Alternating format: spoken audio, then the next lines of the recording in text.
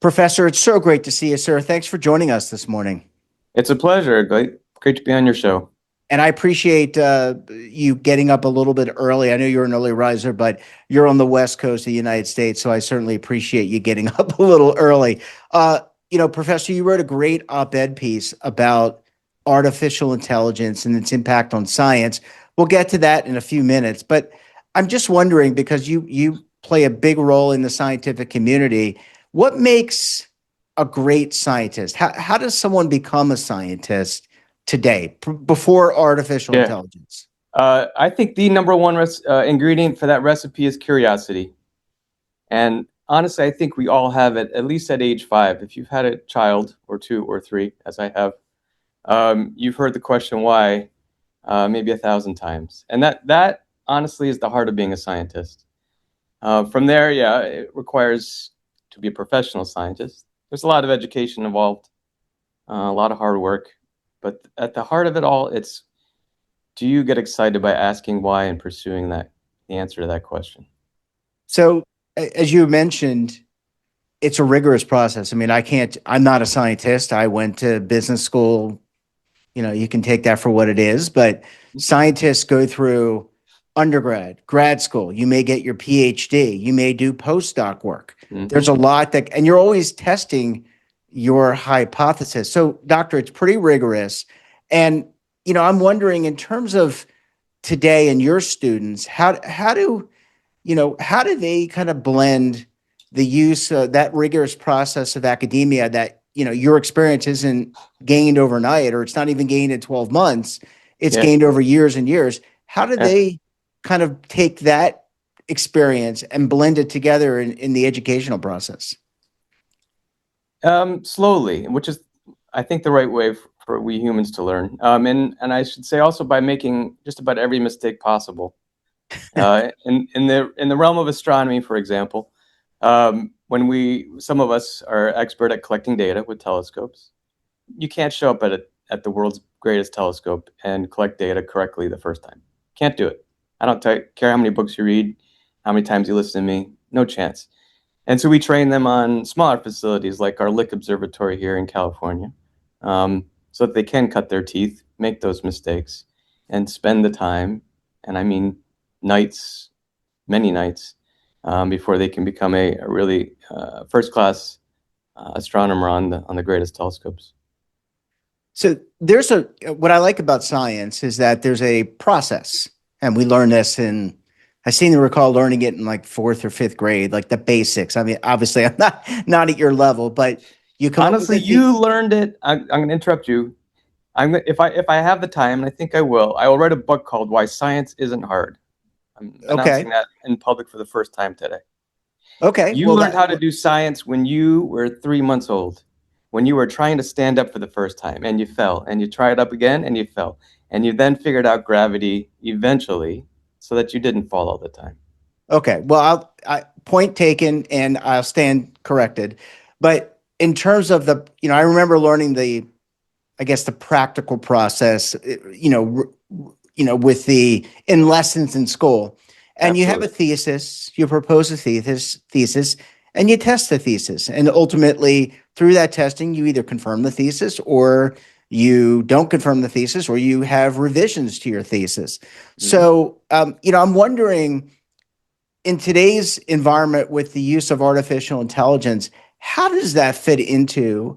Is it complementary to the scientific process that you and others use, or does it actually potentially replace the work that you are doing as a scientist? Great question. It's touching all aspects today, and each of us is I would say, at different stages in how much of the scientific method or scientific process we're taking advantage of AI, and some aren't at all. Some are using it to code up, write code.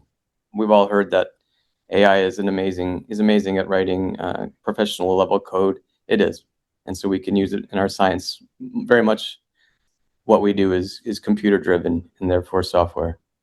Some of us are using it to write proposals. Some of us are using it to brainstorm. I know colleagues who spend an hour a day chatting with one of the AI models to come up with their next ideas for science. Some of them are writing their papers with it. now impacting pretty much every aspect of the scientific process at the professional level, and it's doing it very well. So, but is there still a role for the human scientist? I mean, you mentioned the kind of the back and forth, writing the proposals.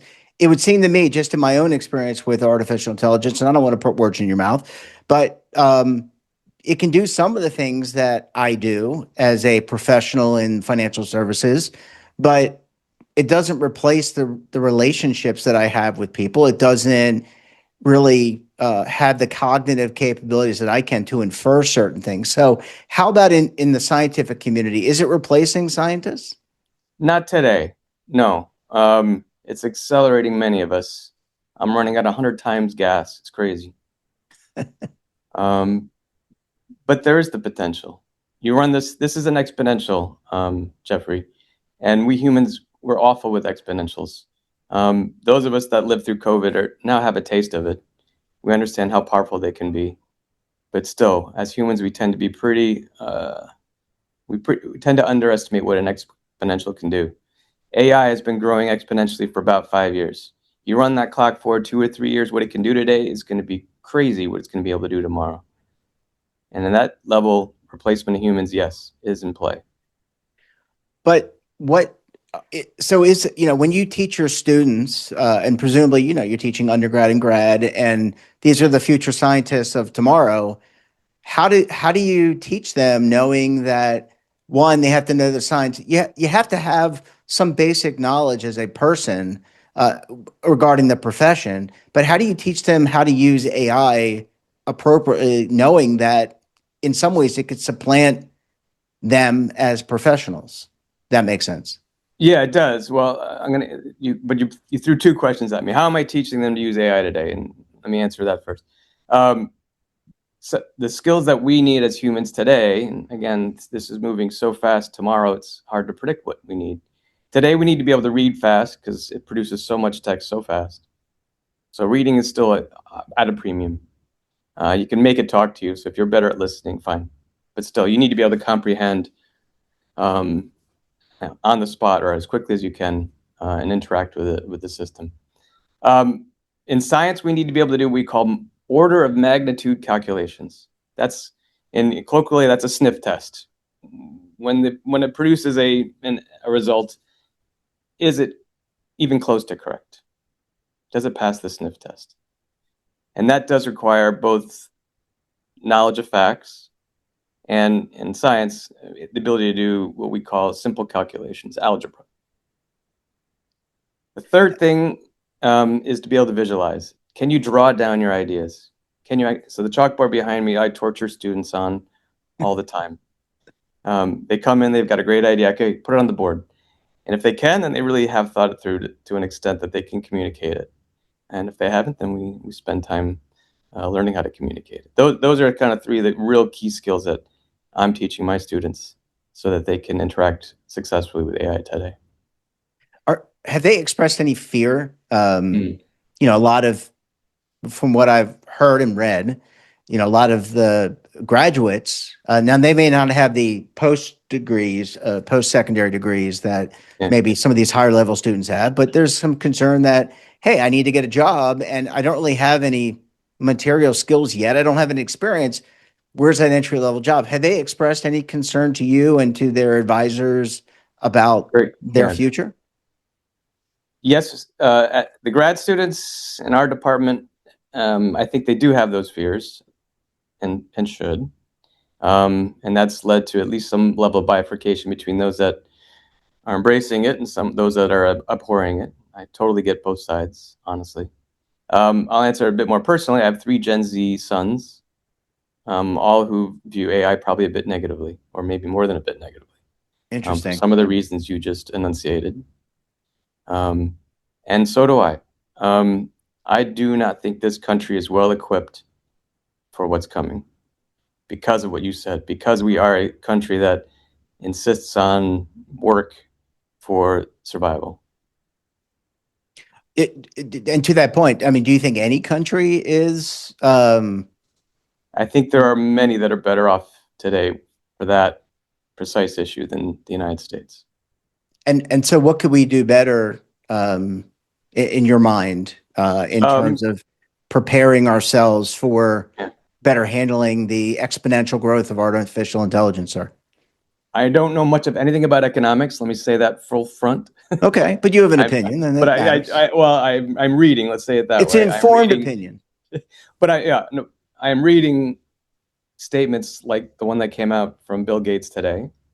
I'm reading statements from my governor about UBI. I'm reading statements from CEOs of major companies talking about how the future will be without a workforce. I encourage, if people haven't been reading that in that space, they should be, and thinking then about how they're going to vote going forward. So, in terms of discoveries, let's talk about, and again, you have an area of focus where it's astronomy, astrophysics, oceanography. So those are pretty important disciplines. Let's talk about, and this is an area that may not be aligned with that your discipline, but how about like new drugs, treatments? I mean, is AI positioned, and where does critical thinking come into play? Because I always like to think that, I grew up with the fax machine, before the fax machine, with the typewriter. So I pride myself on my critical thinking. Where does that play in a role, or does it? It's essential. And I've had long conversations with my high school teacher in Rhode Island, Mr. Dimmick, who inspired me to become a scientist, about how challenging it is to engage humans in critical thinking. It is. We're good at it, but it's hard work. And so actually getting your neighbor to think critically about anything when they'd rather, shoot the breeze, it is difficult. So it plays a major role, and I think it's at the heart of where humans will go in the future. Will we absolve our critical thinking to AI and just let it do it, or will we stay front and center in that process? I don't know. Yeah, I don't think anyone knows. I think, if it's clearly it's evolving, and it's evolving faster than anything that we've ever experienced. Maybe even a virus, although that tends to replicate pretty quick as well. But I don't think we know where things are going to go. I think we have to do our best, and maybe you would agree or disagree. We have to do our best to try to contain or put our arms around or adapt, because the future, it's going to be the future. Absolutely. And for me today, a terrifying one. As for drugs, I'm not a drug maker. I know it's having ginormous impact in genetics, in neuroscience, in pharmaceuticals. I know that from what I read. But yeah, certainly it's not the science that I know well. Well, let me ask you, this is kind of tongue in cheek and off the beaten path, but how, there are hundreds of telescopes that have been collecting data for decades and decades. How can AI be used to find worlds that are beyond our solar system, maybe beyond our own galaxy, to see if there's life? What can it be used in the world of astronomy and astrophysics and oceanography to find? I mean, what do you think you can uncover using artificial intelligence? Yeah, the first round, which we would call, say, deep learning, the models that was enabled people to identify cats and dogs with computers.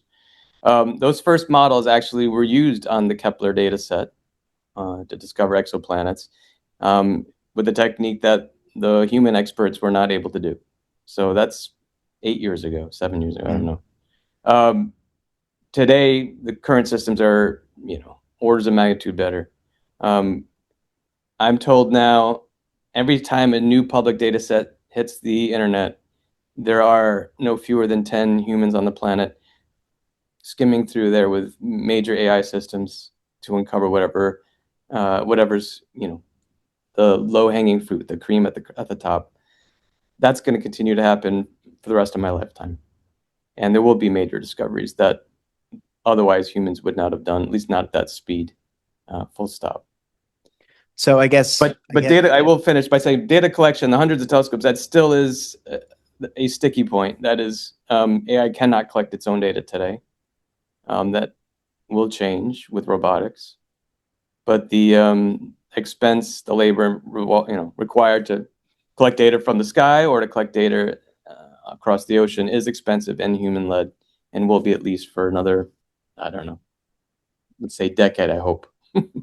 Yeah, well, I hope for your sake and my sake and everyone else's sake, we don't want Skynet to replace us, I guess. Professor, we're going to have to leave it there. Really thought-provoking discussion. I really appreciate your perspective. And look, we look forward to having you back on the program again very soon, sir.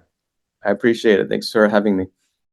Well, thanks for watching. And don't forget, we're back again tomorrow morning with another great expert and another great topic. You can tune in right here Monday through Sunday at 7:30 a.m. Eastern Time. And don't forget to subscribe to our daily newsletter, The Morning Pulse, for all the news in one place, delivered directly to your email box. Check it out at our website.